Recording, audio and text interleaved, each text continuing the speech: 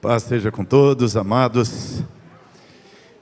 Bênção estar de volta depois de uma jornada longa, alguns dias de trabalho intenso no nosso campo missionário da Albânia, onde temos 9 missionários servindo a Deus. Estive lá com eles, algumas reuniões intensas com cada um, com toda a nossa equipe. Acabamos de efetivar a compra de um imóvel na Albânia, para que seja um momento novo de impulso para a igreja ali. E pude visitar também nossos missionários na Croácia, depois um evento para missionários lá na Itália, em Verona, e uma passada rápida também na Eslovênia e também na Inglaterra, mas cheguei. Estamos de volta, muito bem. Mais boas notícias do que Deus tem feito em nossos campos missionários. Novos missionários que estamos recebendo, um casal novo, acabei de estar lá com eles também, no Brescia, na Itália, um casal novo chegando, e temos mais 3 outros casais assim já prontos e mais alguns em preparação, e quero que você ore por esses projetos, ore pela Albânia. Albânia, um país que dá vontade de chorar, estando lá com eles. Aliás, deu para chorar. Povo muito sofrido, que padeceu debaixo do comunismo durante muitos anos, e aquilo tudo causou muito mal à nação. Povo muito machucado com essa história passada. E desde que houve a abertura da Albânia para o evangelho, houve a abertura para o mundo, deixou de ser um país. A Albânia era semelhante ao que é a Coreia do Norte hoje. E era o país mais fechado para o evangelho. Quando, na década de 90, aquele regime comunista caiu, vários missionários foram para lá. Hoje temos cerca de 700 missionários de todas as denominações, de vários países, lá na Albânia. E mesmo assim, as conversões são lentas. O albanês é muito enrijecido por causa de tudo aquilo que sofreu. Há muita agressividade, muita violência. O trânsito se você precisava fazer estágio na Albânia para nunca mais reclamar da Radial Leste. Tá? Radial Leste é organizadíssima. Flui, que é uma beleza, entre 6 da manhã e 8. É maravilhosa, gente. Você precisa ver o que tem por lá. Mas graças a Deus, depois de tantos anos, de tanto esforço missionário, hoje a Albânia está acima da média de conversões, de crescimento da igreja no mundo. No mundo inteiro, a igreja cristã em geral cresce 2,6%. Na Albânia, pela primeira vez na história, está crescendo 4,6%. Então é um tempo novo para o evangelho naquele país. Lembra de orar pela Eslovênia, que é o país mais ateu da Europa. Então, você entende que também já se torna o mais ateu do mundo, né? País extremamente fechado. Na Croácia, o catolicismo ortodoxo, extremamente fechado também, catolicismo romano e ortodoxo, mas estamos ali semeando a palavra de Deus. Lembra de orar por estas nações, tá certo? Então vamos lá. Aliás, lembrando você, hoje era para ter aqui as mexericas, mas infelizmente o seu Otávio perdeu quase 70% da produção. Falei com o Joel que faltou o adubo principal, que era a oração do Azor. Ano que vem nós vamos fazer reunião de oração lá no sítio dele, para não deixar perder as mexericas, né? Mas domingo que vem teremos aí a primeira leva. Atrasou. Uma das finalidades das ofertas das mexericas será para a adequação desse imóvel que foi comprado na Albânia. Nós vamos dividir aqui a oferta entre a Aprisco, aquela casa para os refugiados afegãos, e uma oferta para a Albânia, para ajudar na adaptação do imóvel que foi adquirido, um imóvel bem estratégico, numa região muito crescente da cidade. Agora comprado, tem que adequar, adaptar para o uso da igreja. Então será nessa direção. Lembra de orar pelas mexericas então essa semana também. E semana que vem prepara a sua oferta, porque já começamos a jornada das mexericas, tá bom? Abra comigo Mateus capítulo 5, versículo de número 8.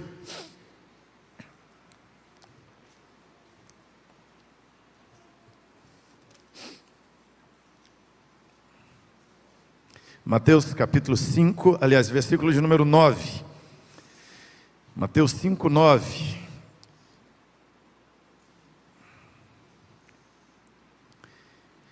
Vamos juntos, bem forte?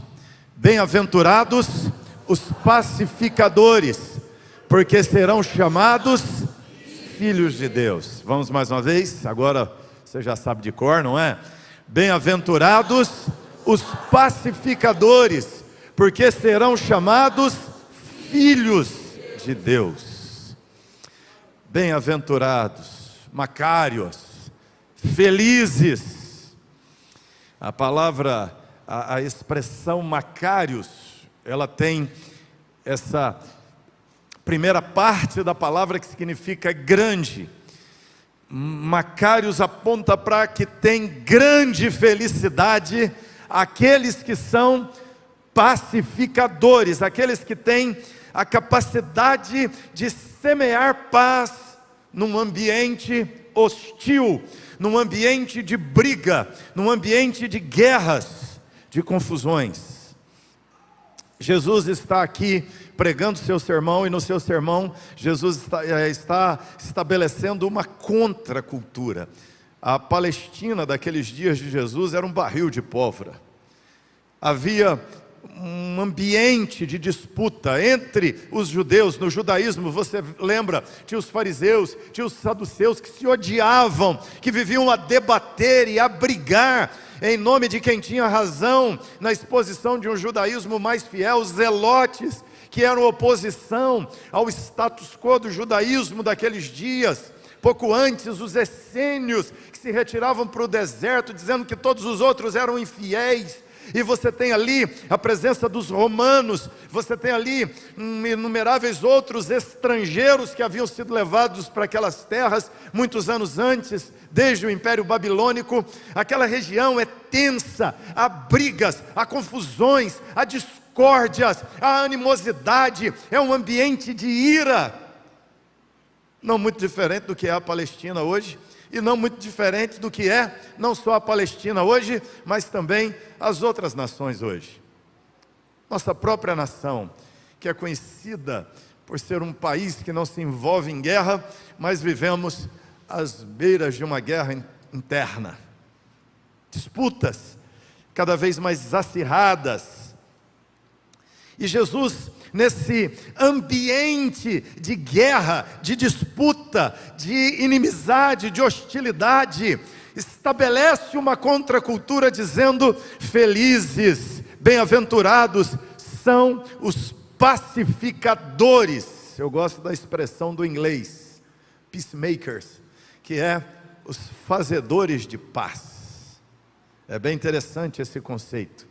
São os fazedores de paz. A tradução que eles que se coloca no inglês para essa expressão do pacificadores. O grego é eirenepoios, que é aqueles que colocam, estabelecem, constroem paz. E o inglês como aqueles que fazem paz. Os pacificadores são aqueles capazes de construir paz em ambientes de guerra, em ambientes de animosidade, em ambientes de ódio. O mundo tem se tornado, desde a queda de Adão, nesse ambiente de animosidade, de hostilidade. O traço principal da cultura albanesa que eles se orgulham é uma coisa chamada vingança de sangue. Se você estiver andando na rua, atropela alguém, mata, eles não vão te matar. Eles vão matar seu filho, seu primo, seu sobrinho. Se alguém mata um outro alguém, há uma missionária, não nossa, uma das missionárias lá, ela era casada com um albanês, e um tio desse pastor matou um rapaz, ele era da polícia, matou um outro policial numa briga de bar. E porque ele matou o policial, o pastor acabou sendo assassinado. E é uma coisa terrível, porque quando alguém é jurado de morte, ele só não pode ser morto dentro de casa. Se ele estiver dentro de casa, não pode chegar na janela, senão o cara tira da rua. Se sair, é morto. Se ficar em casa, a casa não pode ser invadida. E não pode matar na frente de crianças. Mas o pastor foi morto com a sua filhinha Sara, de 5, 6 anos de idade, no colo. Só pode dar um tiro. O sujeito descarregou a arma nele. Hoje, esse moço está preso numa das cadeias da Albânia. E um dos nossos missionários, Ricardo Gutierrez, missionário nosso da PMT, há pouco tempo atrás, teve o privilégio de visitar a prisão onde aquele moço está preso. E a viúva daquele pastor disse assim: por favor, atende o rapaz e conserta os dentes dele. Isso é o Evangelho. Isso é o Evangelho da paz. Essa irmã que hoje lidera a igreja, que seu marido deixou, uma igreja independente, é uma grande mobilizadora naquele país, de uma lei que visa acabar com a vingança de sangue, porque ela quer estabelecer a paz. Os pacificadores, aqueles que promovem a paz. É interessante que os pacificadores aqui vêm logo depois dos limpos de coração, porque você não pode ser um pacificador se você não for santo, se você não for limpo de coração, se você guarda amarguras, ódios, se você tem o seu coração cheio de orgulho, cheio de direitos, se você tem o seu coração centrado em você mesmo, envaidecido, narcisista, hedonista, você não consegue ser um pacificador, você não consegue ser uma pacificadora, só sendo limpo de coração para ser pacificador. E a 7ª bem-aventurança, numa estrutura de texto judaico, tem uma razão de ser, o número 7. E aqui Jesus disse que a 7ª bem-aventurança é o pacificador. O pacificador é um cidadão do reino dos céus. O apóstolo Paulo em Romanos 14:17 disse: porque o reino de Deus não é comida nem bebida, mas justiça, paz e alegria no Espírito Santo. O reino de Deus é um reino da paz, é um reino de fazedores de paz, no meio desse mundo que é um ambiente de guerra, no meio desse mundo que é um ambiente de ódio, de hostilidade, de inimizade. Desde que Caim matou seu próprio irmão Abel, a guerra passou a habitar o coração do homem. Mas quando nos tornamos seguidores de Cristo, o Senhor Jesus Cristo nos transforma em fazedores de paz. E nós aprendemos a partir daí a não somente ser pessoas defensoras da paz, não somente pessoas portadoras da paz, mas nós somos agora promotores da paz que há em Cristo Jesus. O Evangelho que pregamos é o Evangelho da reconciliação com Deus, é o Evangelho da verdade. Mas nesse mundo, se você ler Apocalipse capítulo 6, ele diz que 4 cavaleiros vão pelo mundo afora. Um dos cavaleiros, no versículo 4, ele diz que é um cavalo vermelho, montado por um cavaleiro que sai para tirar a paz da terra, para que os homens se matassem uns aos outros. Olha o que a Bíblia está dizendo, que a paz foi tirada da terra, que os homens por si mesmos não conquistarão a paz, que nenhum regime estabelecerá a paz. Quando o comunismo se estabeleceu na Albânia, foi para estabelecer a paz. Mas tem um bunker no centro da cidade que a gente visita. Primeira coisa que você vê na entrada do bunker é a foto dos mártires que morreram enfrentando o comunismo, e lá houve um banho de sangue. São as vítimas da chacina ou do extermínio promovido pelos ditadores daquele país. Ou seja, uma ideologia que se levantou no país fazendo guerra em nome da paz. E não somente comunismo, mas fascismo e tantos outros ismos da humanidade, e algumas vezes a própria religião é usada como promotora de guerra em nome da paz, mas os seguidores de Jesus são os fazedores de paz. Primeiro, por quê? Os cristãos, os seguidores de Cristo são fazedores de paz, porque eles têm paz. Eles fazem paz porque têm paz, porque encontraram a paz. Romanos 5,1 disse: justificados, pois, mediante a fé, temos paz com Deus. Aquela paz quebrada no Éden foi restaurada em Cristo Jesus na cruz. Você foi justificado dos seus pecados. Preste atenção, você não se tornou santo o suficiente, você não se tornou perfeito o suficiente, você não se tornou bom o suficiente, você foi justificado em Cristo Jesus, e pela justificação de Cristo, você tem paz com Deus. Quando Deus derramou sobre você toda a justiça de Cristo, por ter derramado sobre Cristo todas as nossas iniquidades, Deus fez a paz conosco. Deus é um peacemaker, né? Deus é um fazedor de paz.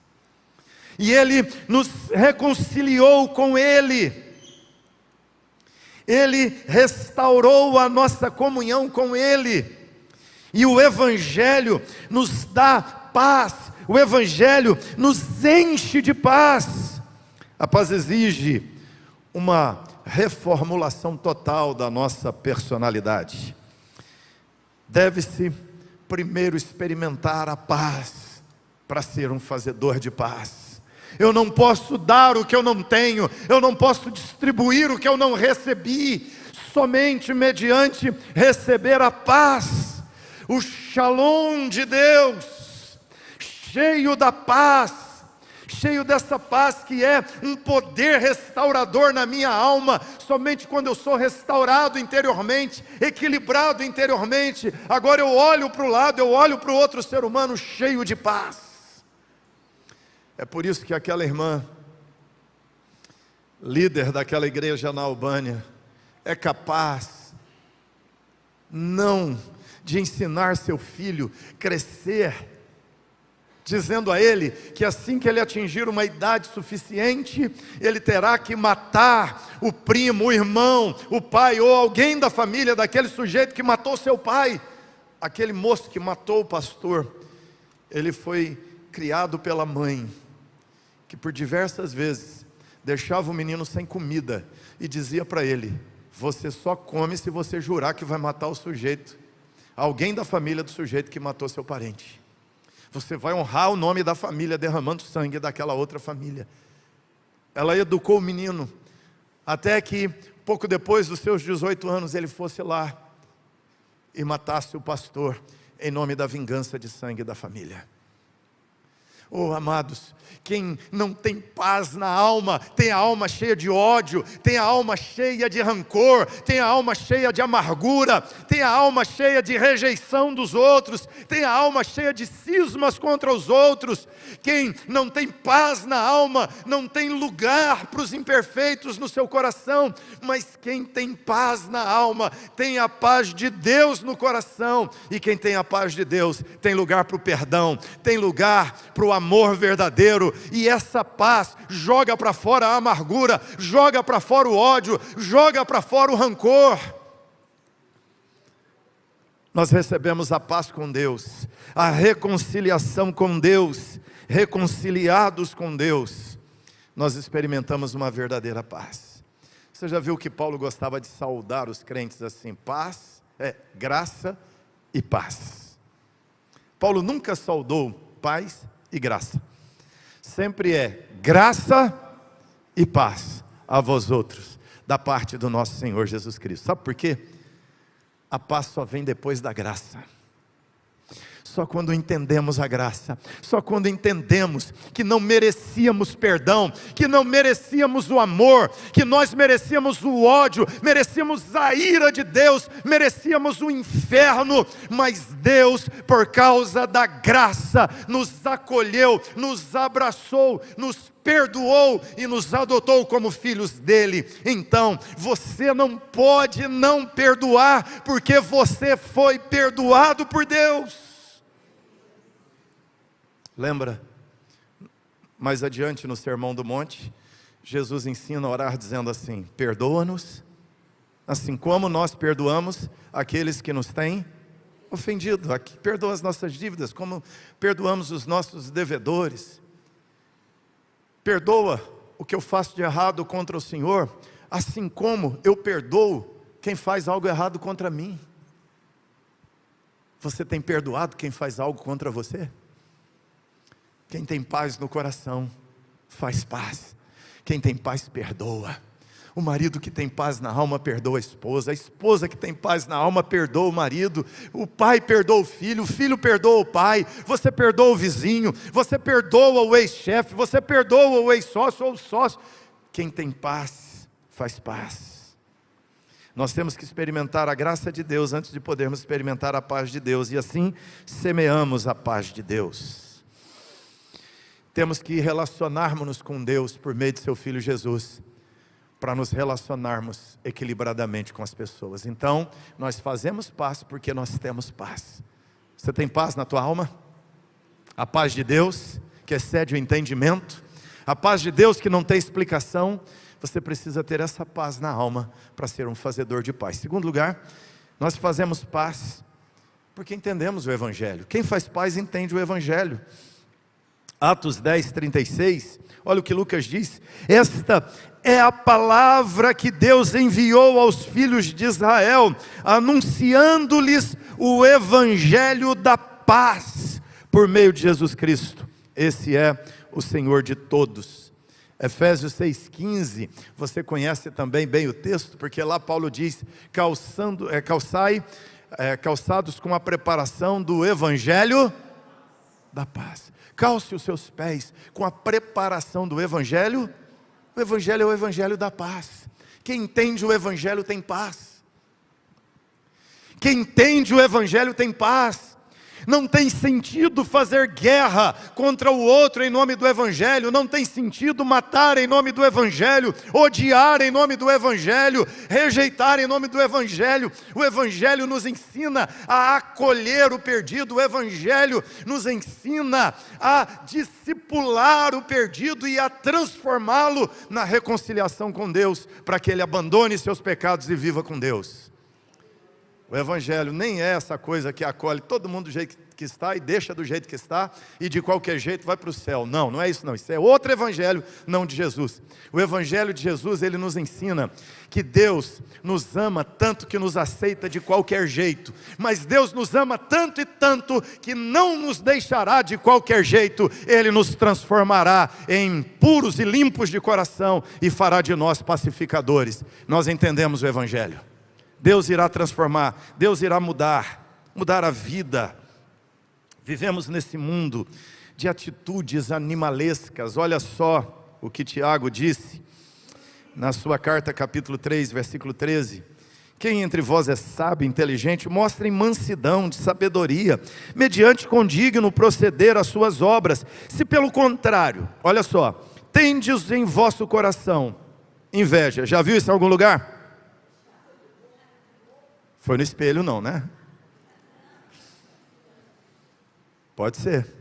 Então que Deus tira do nosso coração em nome de Jesus, não é? Mas nós vemos na vida, a vida está cheia de inveja, amargurada, sentimento faccioso. Não gosto daquele, não gosto de você, não gosto e não vou gostar. Pois é esse coração aqui, ó. Sentimento faccioso, de divisão, de briga, que divide família, que divide igreja, que divide nação, que divide a humanidade. Nem vos glorieis disso, nem mintais contra a verdade. Essa não é a sabedoria que desce lá do alto. Antes, olha só, que sabedoria é essa? terrena, animal e demoníaca. Você já viu gente assim? Que parece cachorro bravo? Parece que anda na rua. Olha pra gente assim. Achei interessante. Estava desembarcando agora aqui em Guarulhos, logo cedo, e tinha um sujeito funcionário lá do aeroporto, e nós estávamos naquela parte que você insere o passaporte para reconhecimento, e aí tira uma foto e você sai. E ele estava ali, um sujeito bem humorado, dizendo para todo mundo: vem cá, olha aqui, vem aqui no número 2, coloca o seu passaporte, olha para a maquininha, vai tirar uma foto, não faz cara de bravo. Aquele povo que viajou a noite inteira, né, com sono, cara de mal, assim, e todo mundo rindo ali, tirando aquela foto com a pose, porque tinha um sujeito meio que fazedor de paz ali, não é? E a fila estava gigante, todo mundo já chegava lá com cara de raiva, e ele desarmando as pessoas. Achei interessante. Na fila tinha gente reclamando, mas quando chegava lá perto, via aquele sujeito, dava um sorriso e tirava uma foto sorridente. Sabedoria demoníaca, terrena, animalesca. As pessoas querem agredir, querem xingar, pois onde há inveja e sentimento faccioso, há confusão, toda espécie de coisas ruins. A sabedoria, porém, lá do alto é primeiramente pura. Lembra? Limpos de coração, depois pacífica, pacificadores, indulgente, tratável, plena de misericórdia e de bons frutos, imparcial, sem fingimento. Ora, é em paz que se semeia o fruto da justiça para os que promovem a paz, os promotores de paz. Essa é a sabedoria do alto, esse é o conhecimento do Evangelho, gente. Longas e mortais brigas, muitas vezes, podem ser evitadas por uma pequena interferência gentil, reconciliando as pessoas. Reconciliando pessoas. Aprenda a fazer fofoca inversa. A gente faz fofoca assim: você viu a fulana? O filho dela não presta. Eu já falava que aquele menino não presta. Falei que não falava. Linguarudo, linguaruda, né? Faz o contrário. Fala assim: ó, aquele menino é difícil, mas vamos orar por aquele menino. Quando você vê duas pessoas inimigas brigadas, faz o teste. Chega para um e fala bem do outro. Fala: olha, eu estava conversando com fulano e ele me parece uma pessoa tão boa. Ah, não, você não sabe, você que não conhece, ele não presta. Não, presta sim, ele até me ajudou, ele fez uma coisa boa na minha vida. Eu acho que ele é crente. Não, não tem caráter. Não, mas eu acho que ele é crente, ele está lutando ali com as dificuldades dele. Aí ele vai assim abrandar, vai ver que a moda é não falar mal, é falar bem. Ele vai dizer: ele até que é uma pessoa assim, esforçada. Aí você corre no outro e fala assim: olha, sabe aquele fulano lá que você não gosta muito dele? Pois é, ele falou que você é uma pessoa esforçada. E ele falou isso de mim? Ah, deve estar com interesse. Não, falou que gosta de você, que é uma pessoa esforçada. Falou: ele até que é assim uma pessoa simpática, eu admiro o jeito que ele cuida da família. Aí você corre no outro e diz assim: olha, sabe aquele fulano falou que admira o jeito que você cuida da sua família, que você é uma pessoa. Aí você corre naquele, ele vai fazer um elogio, você corre no outro e vai. Sabe o que você verá daqui a pouco? Os dois de mão dadas caminhando junto, reconciliados. É isso que o Evangelho ensina. Não faz o contrário do que o Evangelho ensina. Nós conhecemos o Evangelho. É o Evangelho da paz. É o Evangelho da reconciliação. É o Evangelho que nos reconciliou com Deus. E nós, cheios desse Evangelho, caminhamos no mundo proclamando a reconciliação. Nós entendemos o Evangelho. Por isso, somos moldados por Deus para ser pacificadores. A mensagem é essa, da reconciliação e da paz. E por último, os seguidores de Cristo fazem paz, porque tem paz, porque entenderam o Evangelho. Eles são fazedores de paz, porque eles são como Jesus, são imitadores de Jesus. Você viu que Jesus disse? Que os pacificadores serão chamados o quê? O quê? Serão chamados filhos de Deus. Sabe por que eles serão chamados filhos de Deus? Porque Deus reconhecerá o DNA dele em nós. O pacificador por excelência é Jesus, o príncipe da paz.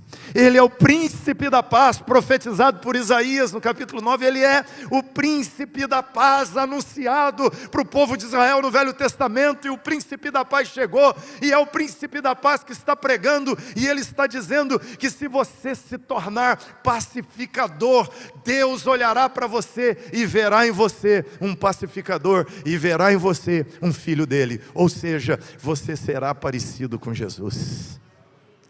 E quando Deus olhar para você, Ele não verá você meramente, Ele verá Jesus em você. Ele verá Jesus na sua casa, Ele verá Jesus vivendo seu casamento, Ele verá Jesus na sua empresa, Ele verá Jesus como patrão dos seus empregados, Ele verá Jesus como funcionário dessa empresa, Ele verá Jesus como aluno daquela escola onde você estuda, Ele verá Jesus como professor daquela escola onde você dá aula, Ele verá em você Jesus no comércio, Ele verá em você Jesus no trânsito, Ele verá em você Jesus na vida, caminhando entre os homens, e Ele olhará do céu e dirá: meu filho, minha filha, serão chamados filhos de Deus. São felizes porque são filhos de Deus. Eles se parecem com o irmão mais velho, que é Jesus. D.A. Carson disse o seguinte, um grande comentarista bíblico dos batistas, ele disse: ou seja, esses pacificadores serão possuídos por Deus como seus filhos genuínos, por causa de sua grande semelhança com Ele, pois Ele é o Deus da paz e do amor, e está em Cristo reconciliando o mundo a si mesmo, não imputando suas ofensas a eles. E sendo seus filhos, eles serão seus herdeiros, herdeiros de Deus, herdeiros conjuntos com Cristo. Enquanto sofrem com Ele, assim serão glorificados juntos com Ele. No devido tempo serão filhos da ressurreição, receberão a adoção, a declaração pública e a manifestação de sua adoção, e o fruto glorioso dela, ou seja, a redenção de seus corpos da morte e da corrupção. Deus jamais deixará seus filhos na morte e na corrupção. Assim como Ele ressuscitou seu Filho Jesus, Ele ressuscitará todo aquele que é filho dele. E Ele glorificará cada um dos seus filhos, como glorificou a Jesus. Serão chamados filhos de Deus. Olha que interessante. Eles serão chamados. Mas se autoproclamar. Mas é que Deus olhará e dirá: filhos de Deus. É que os anjos olharão do céu e dirão: filhos de Deus. É que os homens olharão para você, vendo como você vive tua vida. É que os homens olharão para você, vendo como você vive sua vida, e dirão: filhos de Deus. Na sua capacidade de fazer paz. Quero terminar lembrando uma coisa que contei alguns anos atrás, do que aconteceu no Jacarta. Um pastor foi cercado pelos muçulmanos da aldeia vizinha e foi queimado no seu jipe com os seus filhos. Ele estava indo para a cidade, foi cercado e queimado. Aquela aldeia onde estava a igreja ficou em lágrimas, prantos, luto, vários dias e tensos, preocupados com o fato de que a qualquer momento a aldeia deles seria invadida por aquela aldeia vizinha de muçulmanos extremistas que queriam exterminá-los porque eram cristãos. E durante algum tempo oraram, choraram. Eles haviam ajuntado um dinheiro para construir a igreja naquela aldeia. E alguém teve uma ideia absurda, levantou e disse assim: olha, Cristo nos chamou à paz e não à guerra. Nós ajuntamos dinheiro para construir nossa igreja, mas eu soube que aquela aldeia que veio aqui e matou o nosso pastor está construindo uma mesquita. Então nós podíamos ir lá, pegar o dinheiro que ajuntamos e doar para eles construírem a mesquita deles. E eles tomaram uma decisão depois de orar e foram. Quando chegaram àquela outra cidadezinha, uma cidadezinha pequena, aldeiazinha, pegaram nas armas, se colocaram em posição. O ancião daquele outro povo gritou e disse: não, nós viemos em paz, queremos conversar. Eles baixaram as armas, eles entraram, pegaram aquele dinheiro, estava em dólar, entregaram na mão daquela outra tribo vizinha, daquele povo vizinho, e disseram: nós viemos trazer esse dinheiro para que vocês construam a mesquita de vocês, porque nós sabemos que vocês não têm e querem construir. Eles ficaram assustados e desconfiados, disseram: mas por que vocês estão fazendo isso? Nós matamos o líder religioso de vocês. Eles falaram: não, ele não era o nosso líder. O nosso líder é Jesus, e ele mandou dar o dinheiro para vocês. E foram embora. Algumas semanas depois, toda aquela aldeia tinha se rendido a Cristo. E se ajuntaram, construíram uma igreja. E hoje, os dois povos inimigos congregam na mesma igreja. Bem-aventurados os pacificadores, serão chamados filhos de Deus. Os filhos do diabo semeiam ódio, semeiam amargura, semeiam inimizades, semeiam rancor. Os filhos de Deus fazem a paz. Que Deus te encha de paz, e que Deus faça a paz transbordar através de você. Que você aprenda a viver para o louvor de Deus, para a glória de Deus, para a honra do Senhor. Fica de pé. E você podia dizer agora, fazer a sua oração: Senhor, eu quero ser um fazedor de paz. Esse nosso Brasil precisa tanto de gente que faz paz no Facebook, não é? No Instagram, o Twitter então, meu Deus do céu. Precisa de pacificadores. Lá na sua empresa, lá na sua escola, lá na sua casa, talvez no seu casamento. O que falta é você ou seu cônjuge decidir ser um pacificador, e vocês vão acabar com essas ideias malucas de divórcio, de separação, de traição. É só a paz de Jesus entrar na alma e você entender o Evangelho, entender que você foi chamado para ser filho de Deus. Filho de Deus é fazedor de paz com o cônjuge, com o filho, é fazedor de paz com o vizinho. Até aquele vizinho escutador de funk, 2 horas da madrugada de sexta-feira, faz paz com ele, não guerra. Faz um bolo, leva para ele, faz uma oração. Eu fiquei hospedado aqui em São Paulo quando mudei para cá, numa casa ali perto da Águia de Aia. O sujeito escutava música, um funk, um pancadão, de sexta até segunda. Segunda-feira, 6 horas da manhã, que ele ainda estava escutando aquele negócio. E a Márcia ficou na sacada assim: misericórdia, Senhor, converte essa pessoa, Deus, abençoa essa vida. E começou a orar. Eu falei: vamos orar para Deus converter esse miserável, não é? O sujeito desse tem um tormento na alma. O cara escuta 3 dias de funk, se ele é normal, ele fica doido no final, não é? E nós oramos, mudamos, viemos para a casa pastoral. Cerca de 1 ano depois, a casa era da Raquel Miranda. A Raquel veio passear em São Paulo, ficou lá na casa dela, e nós fomos lá comer uma pizza com eles. E quando fomos lá comer a pizza com eles, era um sábado. E aí, estava tocando hino na casa do sujeito do funk.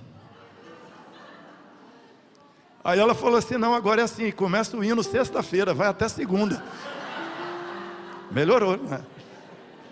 Não, agora eles fazem culto, oração, um negócio. Era droga, álcool, brigas. A paz de Jesus entrou naquela casa. Que Deus nos faça semeadores de paz em nome de Jesus. Ora, e fala: Senhor, eu quero viver para o teu louvor, quero viver para a tua glória. Eu quero ser um semeador de paz e não de contenda, a partir da minha casa, do meu casamento, da minha lida com meus filhos.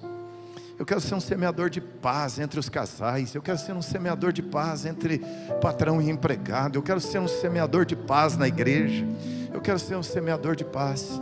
Eu entendo que o Senhor me chamou para ser pacificador, e eu quero ser um fazedor de paz. Faz isso, Senhor. Nos ajuda. Ajuda essa igreja a ser uma semeadora de paz aqui na Penha, em São Paulo, no Brasil e nas nações. Ajuda cada crente dessa igreja a ser um semeador de paz. Filhos do Senhor, como Jesus, semelhantes a Jesus. Em nome de quem oramos. Amém.